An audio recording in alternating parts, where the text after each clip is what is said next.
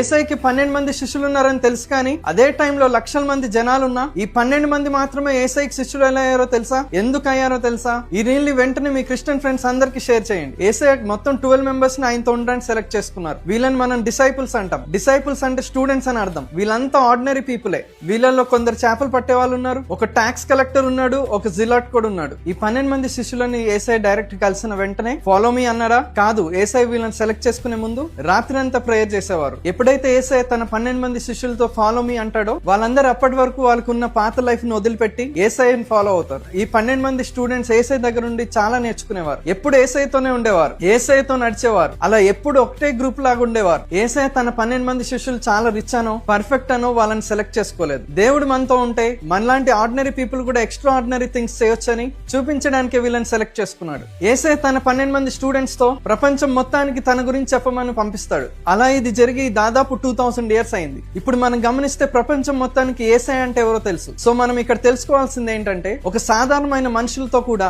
దేవుడు extra ordinary things చేయగలడని.